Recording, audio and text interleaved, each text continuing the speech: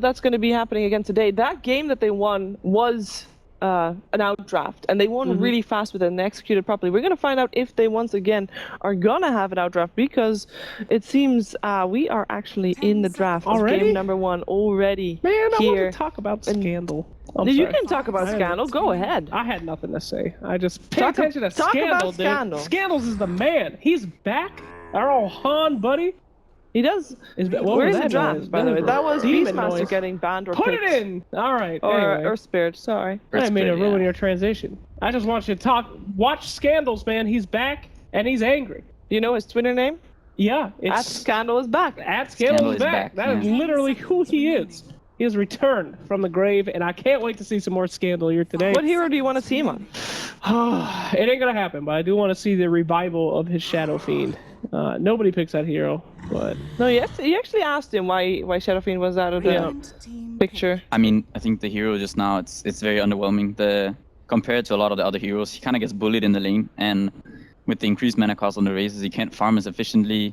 Some of the items you buy nowadays, it just kind of shifted, and you know, a lot of the heroes that are played, like Shadow Fiend is just not that useful anymore. It's a shame. Yeah, it's not really like... Is there a possibility to play him in a different lane if you don't play him mid and you just get him one support? Yeah, I think you can play Shadow Fiend safe lane, but it's kind of rare. Like, he can hit really hard. He can still farm really fast from the safe lane and come in, and I mean, he obviously can have a really big impact with the ult and the aura in the fight, and you know, races early on. You can definitely go for some sort of push strat with a safe lane Shadow Fiend. It's not out of the question, but it's not something you would expect to see very often, because against some of the offlaners, he doesn't do that well. Like the matchup, yeah, it just doesn't make that much sense to pick SF there. They normally have someone that can do almost the same and then better, I guess. I think so. And you know, heroes with stuns or just more damage or survivability, I think there are other heroes. You say pick Sven instead. I'd say pick Sven instead, yeah. More damage, having the stun. There you go. Defensive ability, get more armor and run away if you want, you know. How many Sven games do you think we're going to see today? All of them. Yeah? I think Sven will be in all of it. He'll either be picked or banned in every game. Okay. Welcome to the meta, ladies and gentlemen. But, I don't know, you can run Shadow Fiend jungle, get an Iron Talon, you're good. That's all. Don't listen. Don't do this, please. Send me a clip of you doing Iron Talon. For the sake of all Dota players out there, do not go jungle with Shadow Fiend. Come on, it's easy. Iron Talon on anybody. Welcome to my pubs. I've seen Iron Talon do it in actions like that. If you ever play with their actions like that, then please, by all means, do pick Shadow Fiend jungle if you're on his team. Hey, what? Okay, so we saw 2 pucks yesterday, and we talked about it quite a lot. The puck won game, and won 1 game and lost 1 game, but we saw him in the second pick phase. Why pick up first pick? What's with that? I mean, go ahead. You're the analyst. Go nuts. So, I mean, as we saw yesterday, the first game, Vega beat Empire with the puck. Yes. And then right after that, Empire picked up the puck themselves, and the Scandal, he played really well on that puck. I think he was 11-0 and 15 until he died to this one Invoker and Sven. And at that point, the puck, he just gives up so much. Like, he can have a really good game with a lot of kills and a lot of farm, but he just doesn't scale well.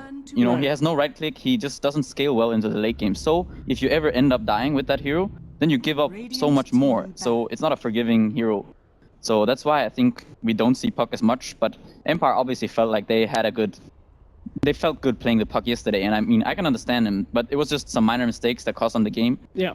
But again, like first pickup, is it gonna get banned? Yeah, that's crazy. I'm also a bit confused why they're actually picking it so early, but maybe they just feel really comfortable with it, and you know, maybe Team Spirit saw the game yesterday and thought that the puck was good. I don't really know, but I guess if they pick up the puck, they would be aiming to end it fairly early. Yeah, probably, and they're probably expecting to have some pretty heavy physical damage on the other 2 cores, the offlaner and the safe lane, I would expect. Yeah, we already have a ban from the Klings. They won that game yesterday when they played the Klings. Yeah, they did. When they were up against an IO, and that's also why you see the IO ban, because Klings is picked up often against IO, actually. Yeah, and the Lone Druid ban also kind of makes sense against Team Empire. The puck and Lone Druid has good synergy together, and yeah, this is a Gyrocopter pickup from Empire, and it also makes sense. They have a lot of good crowd control with that puck. Invoker and Enchantress don't really go BKB that early, so the puck can hold them in place while Gyro and Witch Doctor deal damage. It's an interesting draft. I'm a little confused. Why? Maybe they'll get an Iron Talon on that puck, send him in the jungle. Could happen. Could happen. No, not theoretically, anything can happen.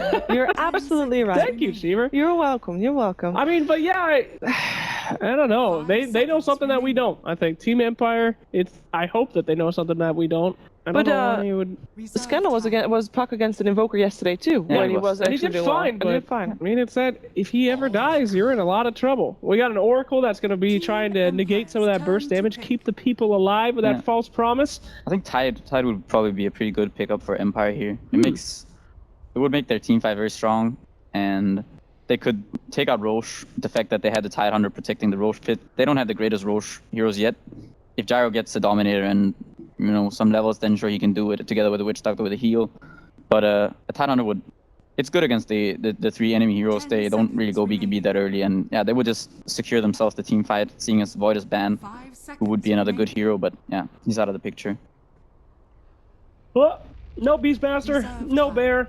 Standard bans and picks coming up there. And hey, talking about bears. Yeah. Ursa Bear. Yo? We saw him a lot yesterday. Do you feel like this is a game where we're gonna see him? If anything, I guess on Spirit side, but maybe. Doom. Okay, that's a Doom. That's interesting. I mean, Doom he can be really strong. I kind of like this. It's also another hero he can go in and he can go into the fight, tank some spells. He dooms one target. He's out of the fight. It could be the Invoker or whatever other 2 cores they pick up right now. Okay, Drow Ranger.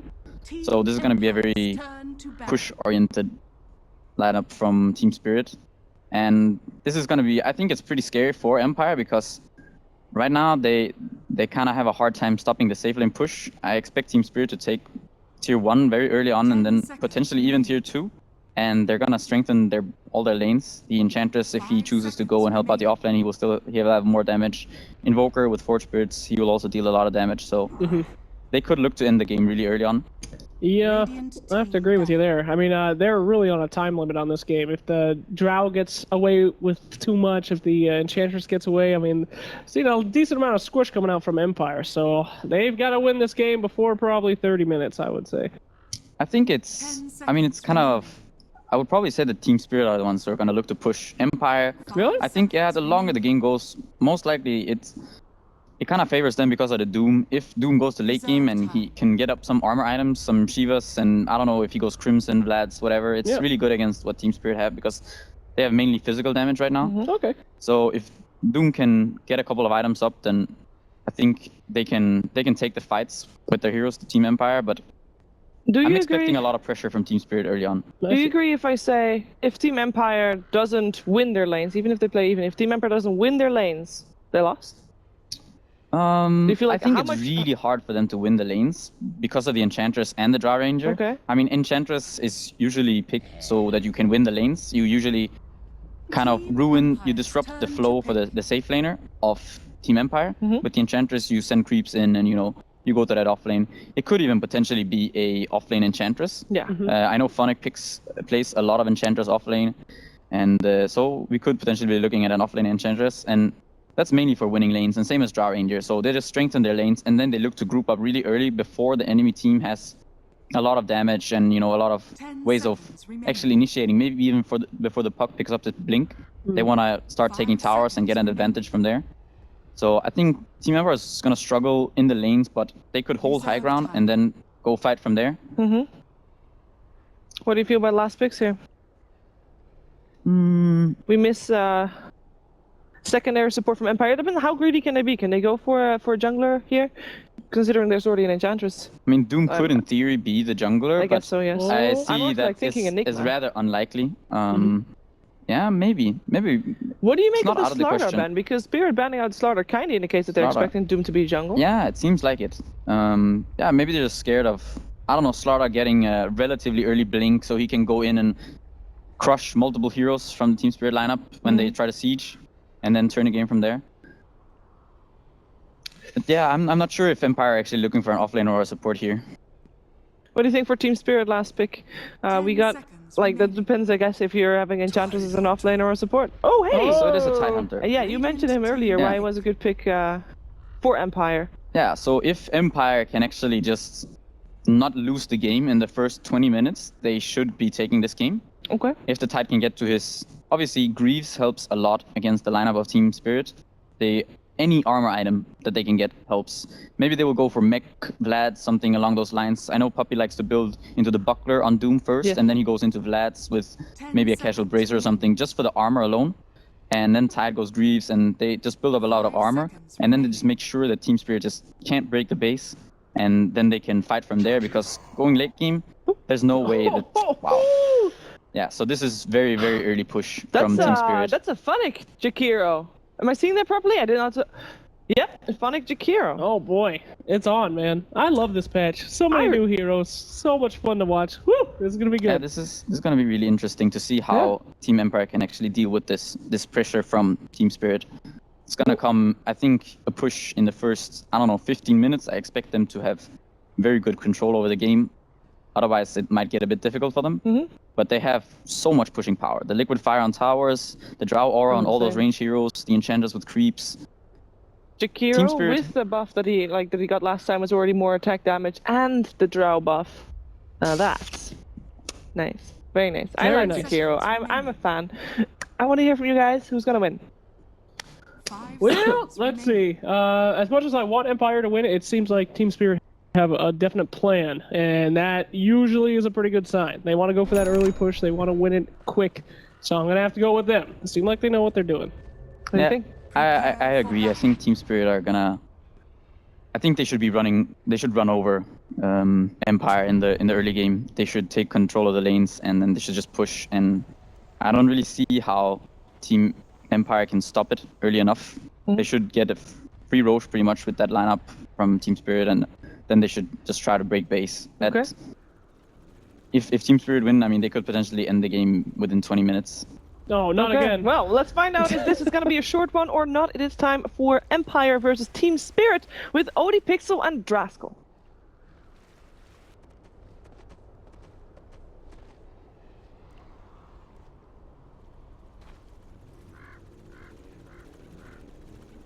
Hello ladies and gentlemen, welcome over to the casting panel. I'm ODPixel, I'm here joined by Draskell, and we're ready to take you through the first series of the day. Team Spirit versus Empire. We're seeing a favourite here, Andy. First pick, the Puck.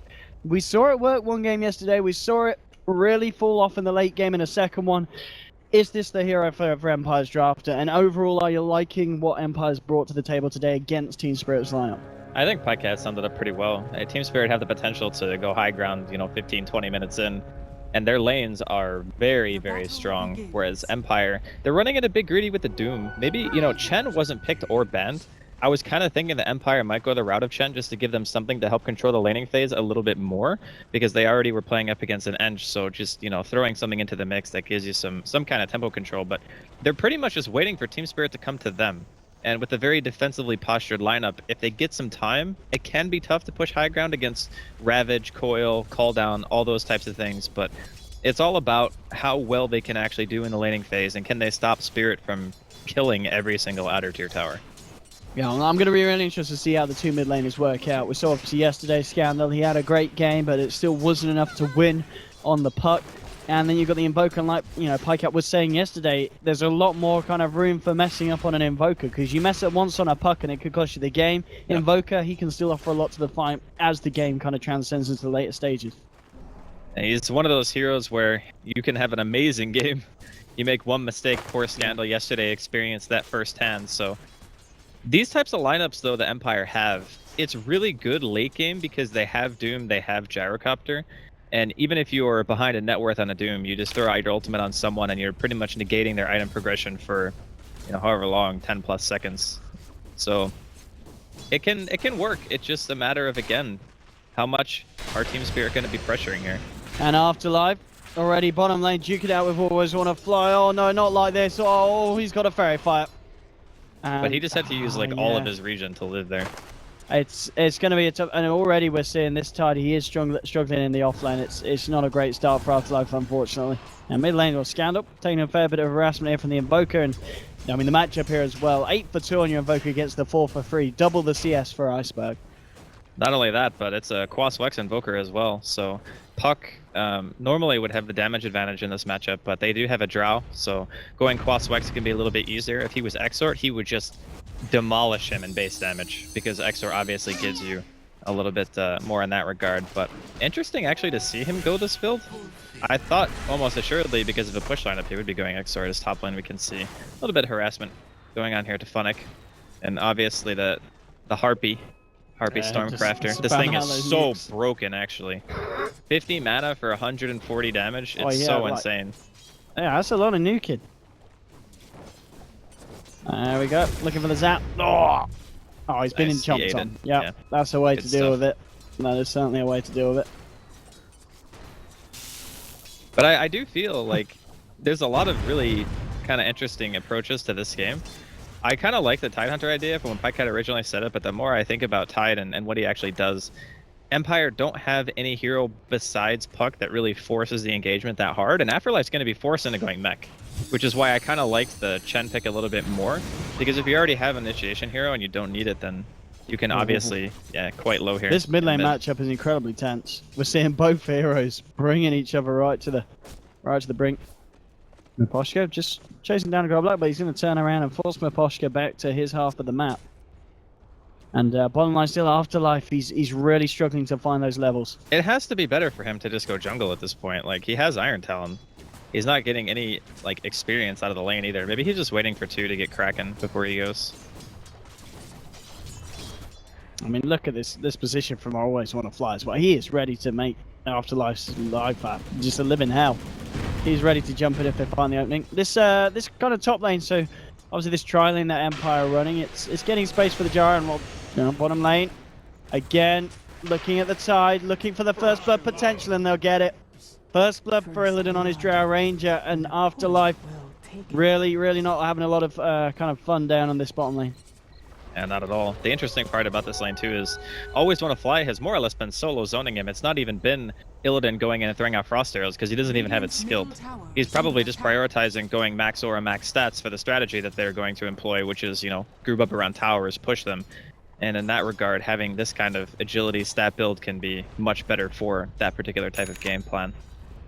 But this is where you start to contemplate just waiting it out a bit, wait for the lane to push in and then come back, because he's just not getting anything. And it's not even as if, Miposhka is not eating too much of the jungle either. He's kind of sitting wherever the Enchantress is, just trying to make sure that Goblet can't influence the map. That's the Doom's function in this lineup. It's not really to play super greedy, but if you are around and you can eat the creep, that's good enough. That's enough utility to stop Enchantress from really controlling the lanes. Funny's coming in quite aggressively here, so the wraparound from Miposhka is going to trap him. We'll see if they got the control of the bounces. Are they going to be fortunate? Well, with the Maledict and the stun and Ramses coming in, they'll be sure to find this kill. And Empire do manage to pick themselves up something here on the top lane with a... He's level 5 though at 5 minutes. I mean, I would the say CS-wise for Funny as well. He's found a lot of creeps. Yeah, even with that death, he's still winning his lane super hard. Yeah. Being level 5 at 5 minutes, you only really need level 7 on Jakiro, because once you get to the max level Liquid Fire, your siege becomes insane. And he's going to return back to lane. Just continues to find that XP. And I mean, when you're looking at the play of Scandal's Puck, he's actually going to try for a kill here on the mid lane. And with Miposhka rotating around with the wild, drops down the sentry. They should have a good shot at this one. Yes, got the regen here. And Scandal, in fact, got a run. Yeah. Miposhka didn't have mana for Infernal Blade, and he didn't even auto-attack him. Like, they dropped a sentry and just walked around in circles. I'm not really sure what that was. Maybe he was just waiting to try to get mana for the ability before he popped it, but in the meantime, they will lose their off-lane tier 1. Illidan, highest farm in the game right now, 39-19. It's farming pretty much... I don't know if it's perfect farm, but it's got to be close. 41 at 6 minutes is really close to perfect. Actually, no, it is perfect, right? I don't know. I'm not 100%, but either way, Team Spirit are getting the start that they're kind of looking for here, especially with Funnick, as we already said, having an amazing start. This guy is going to be level 6 at 7 minutes. Eyes onto Miposhka. Always Want to Fly setting this up here, and now Iceberg follows through, gets the cold snap down. Illidan's there as well to join the party. Yeah.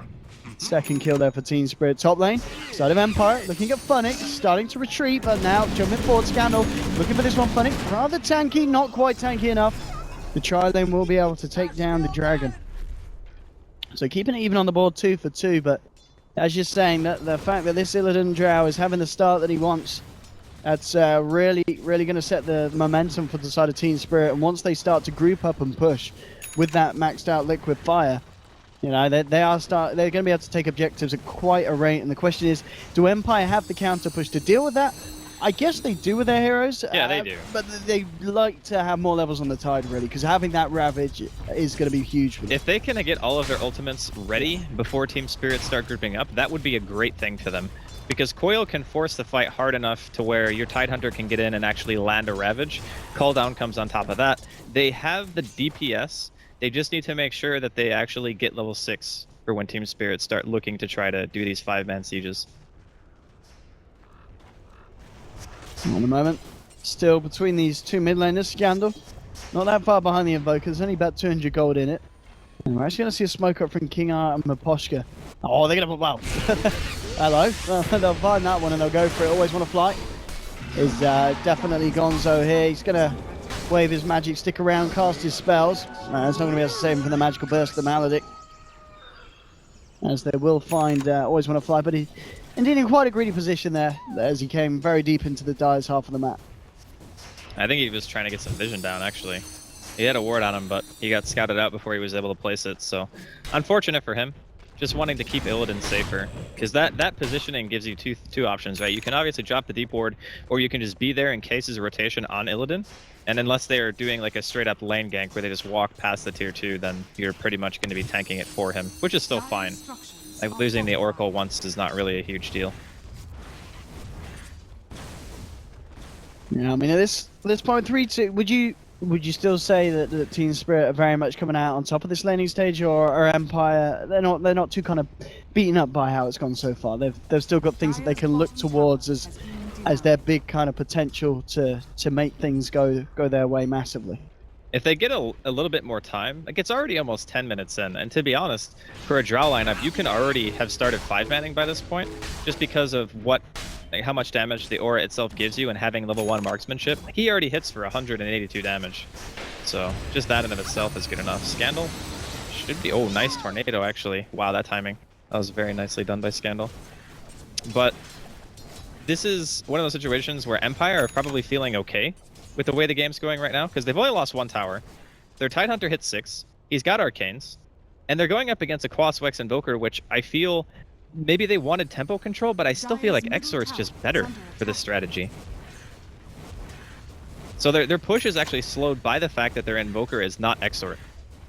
And I feel like that could come back to hurt them, because you're basically giving Empire more time to get their ultimates up, which is pretty much all they need. Like, they don't need a ton of items, because they have so much team fight. And at this point, it is just Maposhka who's not got the ult available. Not yet at level 6, but as you said, everyone else, they're ready to go if the group up just start to come from Team Spirit. Top lane, got Ramses just applying a bit of pressure onto the tier 1 Funnick, looking to try and hold it back here with the Jakiro. And he's working towards that Veil, has that help. Level 8 on the Jakiro as well. And Smoke Up from Always Want to Fly and Iceberg, they're looking to move into position to try and catch someone out up here. And I mean, if they can find Ramses, that would be a very nice pick-off for the side of Spirit. They might just kill King R instead. Well, they get the tornado out. Ramses with the cooldown onto 2, and Iceberg, he's going to get dropped. Nice turnaround there from Empire. Nice reaction to the smoke from Team Spirit. King R's reaction was insane there. He actually, through the cast, immediately sentry'd. Oh, and Scandal comes with a wraparound, goes for more. Yeah, that was a sequence of really nice plays from Empire. As you said, from the Witch Doctor play to Scandal being there ready to get off any of the stragglers. This is starting to get a little bit hairy for Team Spirit, not having pressured too much. I mean, their Jakiro's level 8. Maybe they're actually just scared of the 5-man of Empire right now. I mean, obviously, Coil, Ravage, Call Down, Witch Doctor, Death Ward, like all of these abilities are definitely things to be feared, but at the same time, you can't deviate too far from your game plan, because if you do, Empire will win the late game. Like, their lineup is so good. Scandal. Jukes at the EMP mid. Right click's not quite enough to bring him down here, so he's going to be okay. But yeah, as you said, Empire seeming to come into their element. We're going to see what the game plan is here from Spirit. Still, though, it is Alright, now they're Illidan with a grouping. lot of farm, and yeah, as you said, this is the time to go. It may already be too late, though, honestly. Like, these lineups with Drow are very fragile. So you either, like, take all the map control momentum away from the enemy team by, like, the 15-20 minute mark, which is what Pycat was saying pre-game during the draft, or you just put yourself in the situation where you actually can never break high ground because of Empire's lineup and just the mass AoE they have. And it's not even as if you have, like, this amazing split push team either. None of your heroes really have a ton of mobility. The whole premise of these Drow compositions, with Jakiro especially, is walk around as 5, hit some towers. The Empire won't be able to fight into you that early, but the longer you give them, the better chance they're going to have of being able to defend these pushes. I mean, they have a Veil on Jakiro, I guess, which is nice, but I'm not sure. I'm actually not feeling too confident for Spirit right now.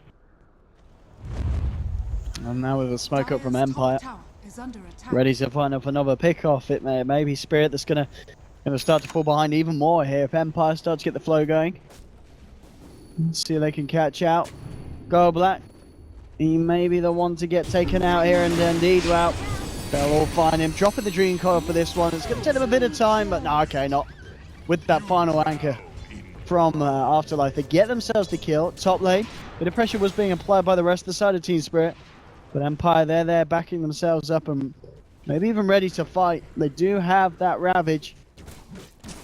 And if they can catch us, if they can find Illidan, just on the edge of the vision now, come through there. We'll see he's there. They'll get the cooldown. The slow is going to hit onto 2 Afterlife. Seeing if he gets himself in position. Pops out the gun. Still trying to walk forward, but now from the back lines, Iceberg comes through. Now the Ravage comes out. But it looks like already the fight is turning the way of Spirits. They'll take the kill onto Ramses, and now Team Spirit, they're going to look to move in for more. Chasing down Afterlife. Now, Icepath won't get him. The right clicks in the end, they'll do the job. Double kill for Iceberg. He's looking to finish himself off of 3rd as King R retreats down to the south. You have got Imposture coming in on the Doom as well, but Spirit hitting back hard there into Empire, which was very close to being a great fight with a great Ravage, but Iceberg there with the wraparound and there to shut down the proceeds of Empire. Yeah, that was a really nice play from the Invoker, but I think it actually more comes down to the fact that Miposhka wasn't there, and they had used a Dream Coil to kill a solo Ench that they didn't even need to use Coil for. So imagine if Scandal's at that fight. He throws out a Coil, means you get the Ravage off faster, and the call down Ravage with Coil combo kills those heroes before Iceberg's even there. If the reaction and, and the communication was on point, but I really feel like Empire just made a misplay. You need to fight around your ultimates when you have this type of lineup, and Puck is your best initiator by a long shot, especially considering the fact that, this Tidehunter, he's saving up 1200. Maybe he's just going for the blink as well to give them better team fight. Means they will also not have a mech carrier if he decides to go that route. But if you get hit by that Tornado EMP and it kind of stops the flow of your team fight, Team Spirit have a really good chance of turning it. Top lane, a lot of tornadoes being thrown out here. They're looking for Ramses. They'll get the EMP onto him. Oh, can't quite nuke him down there. Always want to fly, keeping himself alive with the ult. But the Doom now onto Iceberg. The Death Ward as well. King R finds one. A lot of damage coming onto this man. Is he going to pop? Yes, he is. They get themselves both with the kills there. Great ults from both the Doom and the Witch Doctors to secure those. 8-4. I mean, this is looking to be a really good showing from Empire this match. Still though, net worth wise, the farm priorities are lying on the side of Team Spirit, and you have got Drow and Invoker at the top of the board. Yeah, they're going to have a net worth lead. That's pretty much just how their lineup functions. They win the lanes in terms of CS. They have very good farming capabilities. But their lineup does have a peak, and then after that, it falls off really, really hard. Invoker is probably the only... Well, maybe Ench as well. Ench can transition into a pretty good late game. Invoker can be a good late game hero too. But a Drow is not really a super impressive 6-slotted hero. It's kind of like by 45 minutes, you want to have won the game. On top, Iceberg, gonna look for a bit of solo action onto Miposhka. He did get the Scorched Earth off, but looks like the regen not gonna quite be enough it. That damage is insane. Drow Aura giving him 55 damage. It's more than a Demon Edge, pretty much. Yeah, really nice stuff from Iceberg this game, and it's something that we come to expect, of course. Definitely one of Iceberg's stronger heroes. I think it's one. It might actually be his most played. Yeah. Well, I don't know about strongest, but most played, I think it's probably up there in the top 3. It's just interesting to see him play Quaswex. I suppose once you have the tier 1 towers down, Invoker is very unique in this sense that he can apply the kind of pressure that he is just by, walking around with Ghost Walk, creating more space for Illidan to farm and whatnot. And they really can't kill Puck without a silence, so no Orchid means no kill on him. Team Spirit still has some time. That team fight top actually was so good for them because they get kills on a core and then it results in a death on a gyro, which is huge. It means that they actually have more time to kind of, you know, get Roshan, go high ground, finish the game. We'll see if anything kicks out. I mean, Iceberg, look at his positioning here. He's coming very deep. I would love to. Can he go for a solo kill here? He would probably be a die. hard one. He would actually, if he's this far There's out, no he might tower, be able to, yeah. He might be able to kill him. Although he has a very weird spell set loaded for this. Oh, there we go. He's going to initiate with the cold snap, get the right clicks through as well. This man, Electra teed up, he's going to do it. Ramses, doesn't he? Oh, look at that. He tried to swag it with the earn damage, but why didn't he touch him? He just needed one more right click. Did he really feel that he could trust in the earn damage that much? That was a bit of a monumental cock up there from Iceberg. Yeah, that was super bad actually. Just one auto attack and you run away and you're fine. That was very, very kind of uncharacteristic. Well, Funny's going to try for a TP out, not going to make it. The Yule's coming in. And they will lose Jakiro as well. And man, Iceberg, he has got to be kicking himself for that one. That was a brutal mistake. Not only because he's the only tempo control on the team, and him being dead means that Empire have full control of the map for this point in time, but because that was a kill on a very important hero that he had 100%. Like, there was no way that gyro should have lived through that. Other than trying to fight this, he is going to go for the TP out, and yeah, he'll make it in time. Nice. Good stuff. Yeah, that mistake could actually come back to bite them pretty hard. They lost their safe lane tower for that. They lost their mid and a support, missing a kill on a key hero. Funny. Yeah, oh yeah, offlane. You're right. Yeah, Jakiro was offlane. And not the greatest from Team Spirit. They are still farming very well. Oh, look at that. The first time he's played it this patch. Yeah. And of all games to play, he plays it in a push strat. Interesting.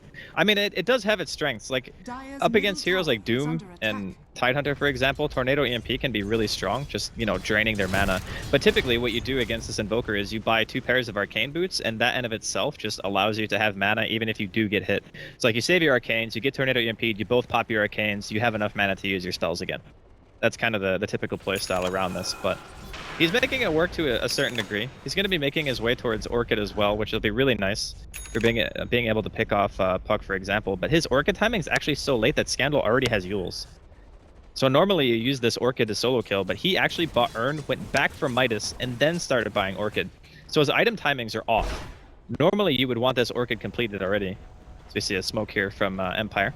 All of ultimates are available. Yeah, with this Blink Ravage initiation from Afterlife, if he gets it on point, this is going to be very hard for Spirit to do anything about. Well, they're going to find Iceberg. He's been dusted up, and well, there should be a quick one for them. Doom's dropped, Death Ward as well. Goodbye, Invoker. 50 seconds on the sidelines. It's a great way to open up the side of Empire. Now they're just going to turn towards Roshan, and with no Invoker available, I don't think Team Spirit can do anything to stop this one. Yeah, Invoker is the last hero you probably want on your team tanking the gank. That is not the dream. But Empire, they're making this lineup work quite well for them. I really feel like Team Spirit were just too passive. The Drow lineup can push pretty much as soon as the Drow hits 7. You can push. Like, that's all you need is the Aura Max marksmanship. Jumping in here, committing the Ravage. They'd love to find Illidan, and now with the silence as well, they're going to have a good shot at trying for it. He's trying to duke this one off, but he's not duking off the cooldown slow, and they'll find him by nice silence. Surely one more touch. If he gets away out of this one. He's got Blink. He's dead. Yeah, he's gone. And at the same time, Funnick will pick off King Eye in return. Can they find Funnick as well here? There's 3 of them chasing him down. He's got coil still. Nice ice path. He doesn't get away though, I think. Blink and Orb. Oh, the rest of his team didn't chase. Okay, he had Blink Coil. I thought he might just keep going once he saw that there was no TP on Funnick, but maybe the rest of the team just backed off without realizing. Back to Dagon Gaming, boys. Let's go. Is this always the build on Puck, kind of Blink Yule's Dagon? In this situation, it's very good. Pycat touched on it yesterday. It's good against heroes like Enchantress because naturally low health pool and being able to burst. But in this game, it's especially good because the enemy team is not going to buy BKBs. Even though they need BKBs, they can't buy them because they're timing for it is not going to be proper. And if you do buy those BKBs, then you need a team fight, which they will never win a 5-on-5 fight. Like, how do you win against Coil, Doom, Call Down, Ravage? That is just ridiculous 5-man. So buying a BKB seems kind of pointless, because the purpose that your lineup is supposed to serve is fighting around the idea of pushing, which means that the Dagon is going to have usefulness throughout a very long point. Oh, and Scanny's trying to for a bit of a solo kill on Iceberg. Hasn't quite got the burst though. Yeah, bit ambitious. Too ambitious, but you know, you force him back. He's not trying to kill anyone right now. You know where he is. Okay. We're going to be able to disable Ramses for the time being, but Doom, he comes in and he gets the ult off of Illidan. Illidan will be ulted up. I always want to fly by him. So time afterlife there as well with King R. Funnick, he's going to go down. They have lost the Aegis. But they're coming out on top of this fight for the time being, and it will force Spirit back. Illidan, yeah, was kept alive there by Oracles. The Doom now doesn't matter, but Scandal jumping in. Silence onto 2. King R as well. The cast, the bounces, they're going to do it. They're going to find themselves the kill onto Iceberg. Now chasing down Illidan as well here. Mantra himself away from this, but still the puck chases, the tide blinks forward, double kill for Scandal. They've found themselves 3 now, with eyes onto Goldblack. Always want to fly incredibly low. Looks like he will be able to get himself just far enough back to base. Oh, Scandal. Is he going to get the vision here? He will. Oh, he's not going to commit though. Doesn't want to go too crazy against that one, but a clean fight for Empire. 2 for 3, and a nice gold swing and XP as well. 15-7, Empire. They're certainly taking a hold of this game, and suddenly... Oh, Goblak. Oh. I mean, Team Spirit are just... It seems like they're making a lot of mistakes this game. They have made quite a bit of mistakes. They had some opportunities to, you know, push early, go for some smokes on Roshan maybe, try to get that, and then get some tier 1s down. I just don't agree with the Quasu X choice at all this game. I mean, I like playing Quasu X. It's actually my preferred style on Invoker because I like being able to dictate the pace of the game, and tempo is fun for me. But I don't think it fits in this lineup. Like there's no room for this kind of gank-centric Invoker. You want to be 5 with Drow. You don't want to play a split push game. You don't want to split up your team. That's how Empire win the game. Because they're always going to have some advantage in small skirmishes in a 5v5. Their heroes are built to fight. They're not built to push or necessarily de-push at a very early stage. So I think that Team Spirit they were too passive. They didn't force it enough. The Enchantress didn't really accomplish anything during the laning phase. He got his creep eaten by Doom Top, the one that could have actually like helped win the lane a bit, and then he kind of just went back to farming. So Goblak for me has also not really been very impactful in his role, and with that, Empire, the longer the game goes, we said it during the draft, they just have the better late game. So the longer this goes on, and to be totally honest, Team Spirit with a lineup like they have, they are supposed to be ahead. Oh, in terms of net worth as well, you were saying earlier, you expect to see them being ahead in terms of farm, but now you got a puck with more farm than the safe lane Drow. Yeah, their lineup is supposed to be ahead in gold, easily. I'll stand up, seeing if you can set something up towards the mid lane. We've got all the ults back available for Empire. They're ready to fight. The question is, are Team Spirit ready to react? They're playing it safe, backing up behind the tower, but okay, they've brought out Bambi Goldblack. He's going to be going back to the base. 40 seconds.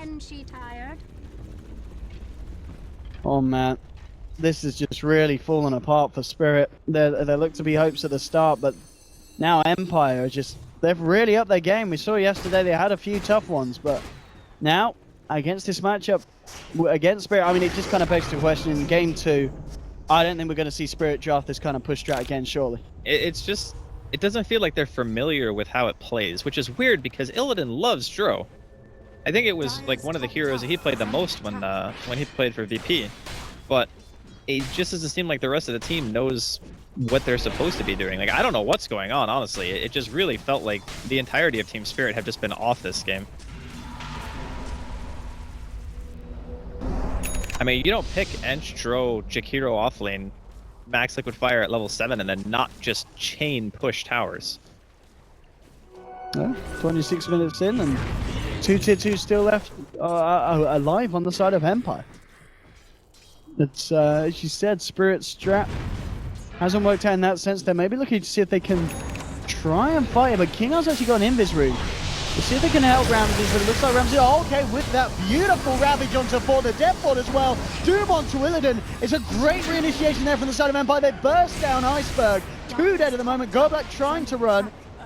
It looks like he'll be fine, but the same can't be said for the rest of his team. Illidan gets chased down by Maposhka. Now Gorblat's going to go down as well. In this game, 21-7. This game is actually just over. It is absolutely. It's. The problem is with the lineup that Team Spirit have drafted, if they are not very far ahead at this stage in the game, their chances of winning are just so low. That's a perfect example, right? They jump on a core with no BKB, and they just don't have a hope of being able to kill it. I mean, clearly it was a little bit of a bait because Afterlife was in a good position to get a counter revenge and whatnot, but Team Spirit feels so much pressure that as a lineup that is not really super strong at ganking, they feel the need to try to smoke to get some kind of control back. And that's a really bad sign. Like, this lineup is not supposed to be the one doing like these weird smoke 4-5-man rotations. Like, yeah, okay, you smoke your supports or your Ench and, you know, maybe an Invoker or something, but you definitely don't send like 4 heroes out. Normally you want to just be pushing all 3 lanes simultaneously, have Empire sitting in their base by now. You know, Pycat, even during panel, you know, when they were doing the draft set, the game could literally just be over at 20 minutes if Team Spirit played it well. So Empire, obviously, really solid game 1 from them so far, taking a full advantage of all the space that Team Spirit have given them, and this is just another like panic smoke almost from Spirit. They just feel like they have to do something. And the puck, I mean, Scandal puck it's really quite something. Yeah, he's always been amazing on that hero. It's just that the hero itself hasn't been in the meta for so long that people forgot like how impactful it can be in the first, you know, 20 to 25 minutes. It's just 11-0-3. Yesterday I had a game just like that until the point where he died once. I mean, he just plays it perfectly. This game's much different too in the sense that you're not playing against the superior late game team. Yeah. You actually have the better late game as a team with puck, which is rare. You don't normally see that because most of the time the mid player is also like a position 2 or 3 where they have some kind of late game transition where puck is considered weak in that regard. So typically the other team is the one who has the superior, you know, 40+ minute lineup, but Empire actually just looking so good this game. I can see that Team Spirit are coming in fairly strong in this top lane. They're all ready to go. We'll see if Empire can get themselves in position behind them or are able to start something. This is quite a bold movement from the side of Spirit, and it looks like it's gonna calm down. They are gonna back off. Really don't want to continue to force through, and Witch Doctor's now got a gem, so King Art will have the vision next time Iceberg comes walking around with the ice. Sorry, with the Ghost Walk. He just can't do anything anymore. Like, Quatsweck's Invoker from behind with just an Orchid is so... It just feels like you don't have any options. Yeah. Because here's the thing, right? Normally you just walk around with Ghost Walk, you look for solo kills. If Empire is split up and like farming lanes, you're looking for a support, you're looking for maybe like the offlaner that you could kill with the Orchid combo and just drow damage in general. On paper it sounds really nice. But when you're behind and your item progression isn't as fast as it should be, this style of play is just completely ineffective because you don't actually do enough damage to kill anymore. And with a second failed smoke gank, Team Spirit just go back to their lane pushing. And to be honest, Empire even have superior catch as well. I mean, you have a puck on your team, you have Blink Tide. Even the Doom has a Blink Dagger. And we saw some lines being drawn on the map there. I think it was He's like, we need to freaking push. Yeah, they was like, yeah, we need to push this lane, we need to push this lane. If they don't keep the lanes... let's drawn again. I think someone's getting angry. Yeah, if they don't keep the lanes push pushed... these lanes! Empire can just take Roche for free if top and bottom are pushed down. And if Team Spirit try to contest, they will probably lose the fight.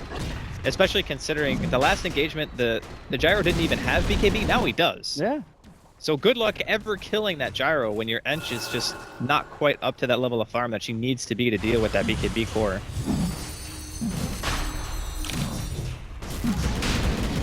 You can see that Empire are going to get this for free as well.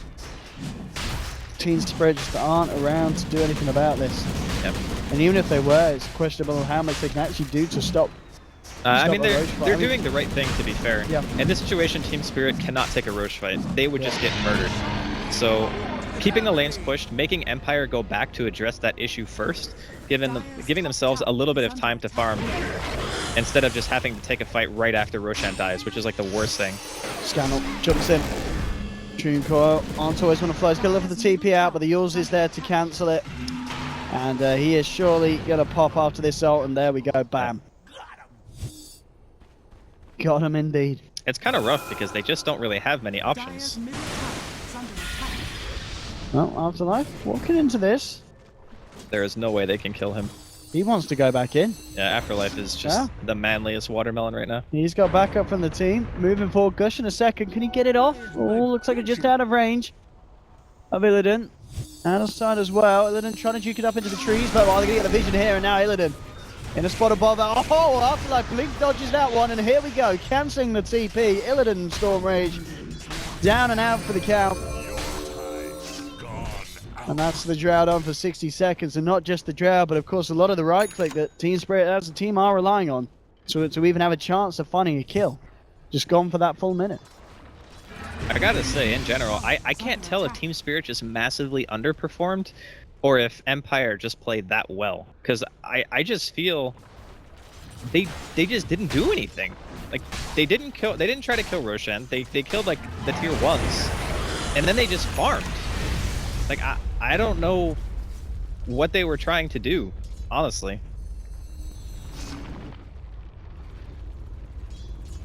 It's very awkward to watch games like this because I mean, it is. It's when you see a lineup that has a very clear-cut goal from the get-go, and just saying, okay, well, you know, draw lineups are all right until like 40 minutes or so. We're reaching that point. You know, it's 33 minutes in. We're not too far off. And they haven't killed all the outer tier towers, and they are behind by a huge margin in golden experience. This is pretty much the exact opposite of what you would expect out of a lineup like this from Spirit. I'm a Porsche jumping in onto Funnick. Funnick will use himself, but that's actually going to buy time for the rest of Empire to come in and close the gap. They'll drop the cooldown. Funnick, and he kept alive here by Always Want to Fly, but Always Want to Fly gets doomed and immediately killed. I mean, they saved Funnick.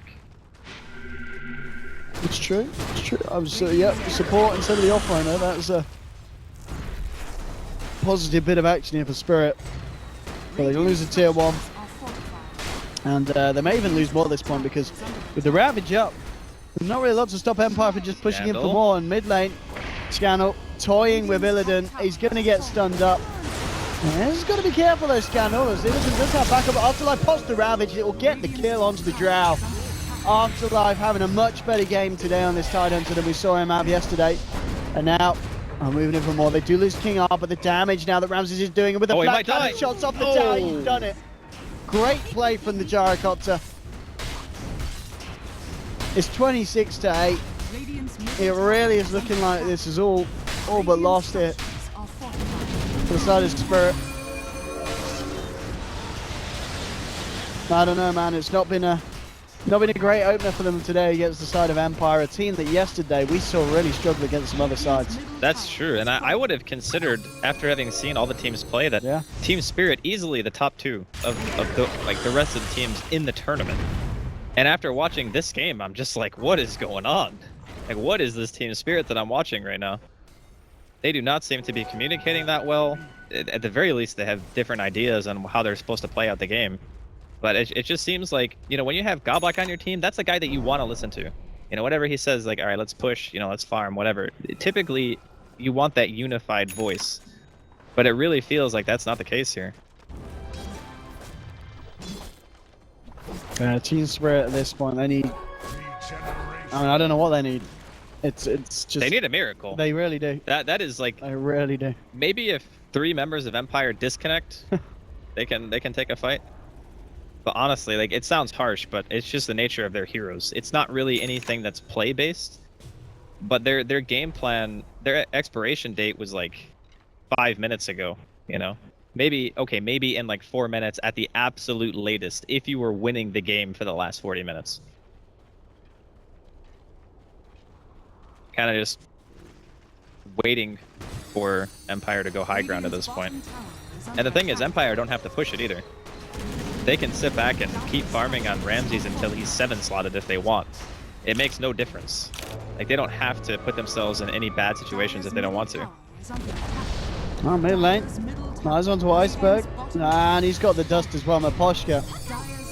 He's a smart one. We saw him yesterday. I was talked through with Pycat whilst we're casting. He really has been making the plays and continues to do so this game. Now with the Dream Coil onto 2. Always Want to Fly, burst down by the Dagon. Iceberg surely going to tick down low, and he's going to get taken down as well. Second pick off, double kill for Scandal. The slaughter continues. Funnick will get himself away back to base. Did get a bit of damage to the tier 3, but it still feels like a while since we've seen something good happen for Spirit this game. I think we're gonna have to watch a little bit too long to see something good happen. I mean, this is just kind of hard to watch at this point.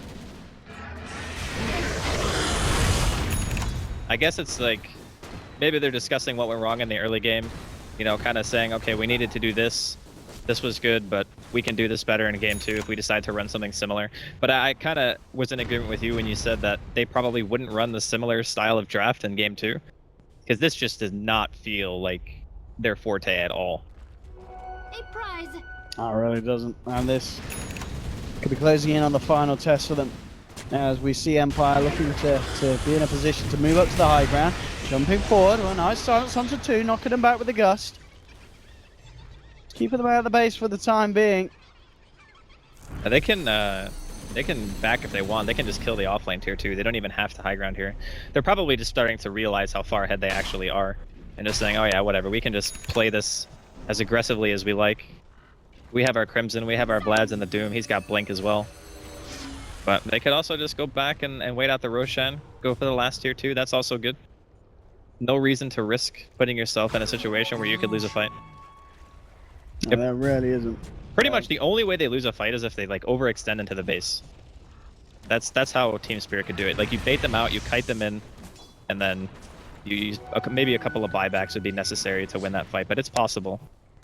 Just depends on if Empire are feeling that confident that they can dive like that. Oh, Iceberg. They saw the ghost around. Yeah, they know he's there. They know he's there. Pop the BKB. He'll try and walk this one off. Turns around for Tornado. Afterlife. Gives him a punch, but hasn't quite got the physical DPS to bring down this Invoker. He is just a tide.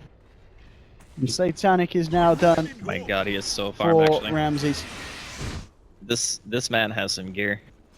How do you kill this hero? That's my next question. Because here's the other thing about Quaswex Invoker and being behind. You actually don't have a lot of damage spells because you went Quaswex. So with the Drow Aura, you're relying heavily on your right click to be able to deal with people, but if he has Butterfly Satanic and BKB, and you don't have like a right click oriented item, Funnick's is super dead. Yeah, with the zoom on Funnick, that's going to be a Jakiro, unavailable for the next fight, for sure. Well, they're trying to get out on the map here, just to split push a bit. Radiant's top tower is under attack. This Drow being forced into Manta BKB is certainly not helping their chances either. I mean, Manta's fine. Like, I actually think Manta's good for the siege lit, but... Oh, I feel like finding Iceberg. That is an Acronym's Dream Coil. Iceberg, he was not ready for that one. The Shiva's coming out, the Death Ward as well. Invoker down. He does have buyback available. But it's... The crappy thing about having a minimum duration BKB against Ag's Dream Coil is that the stun is 4.5 seconds. So your BKB is completely negated if you walk out of coil. That is actually one of the best things about Puck in these scenarios when BKBs are down to that 5-second mark. You always want to fly only, just living that. The Gust nearly finishing him off, and Empire will force out the buyback from Team Spirit. They got some split push going on mid as well. Yeah, look, they're doing a good job of trying to take down this tier 3, and it'll BKB, TP out, and it will be fine. That was a good move. That's something that keeps you in the game, you know? It certainly is. I mean, considering the score's 8-30, I mean, they're holding on in it, and we are 41 minutes in, so that in itself is kind of impressive. I mean, this was the entire first series yesterday. Yeah. It's about 40 minutes long. Usually you don't see games get to this point because the patch is very snowbally. So your one lineup gets ahead and they just smash, right? Like they just go high ground by like 20-25 minutes and then the game is over. But this is the kind of lineup from Empire that isn't necessarily amazing at pushing high ground, but they're very good at controlling the map and they're very good at team fighting. So it takes them a little bit longer to actually seal the game out because they're not so good at killing towers. I mean, Gyro now has enough farm to where it doesn't really matter. He can just hit the tower. But prior to that, Gyro's not really seen as like the de facto high ground pusher.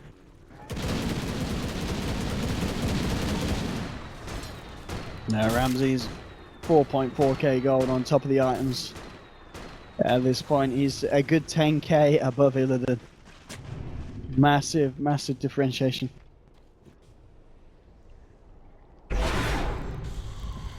It's just not been Spirit's game. It really hasn't. I mean, I think that this is something, again, that it's more about comfort zone than anything else. And I felt like they didn't necessarily have to go Dro either with their... I think it was 4th or 5th pick, right? When they picked the hero. So I don't know if they had to take this necessary, you know, pushing strat to the utmost limit. Could have just went with something a little bit more traditional for the safe lane.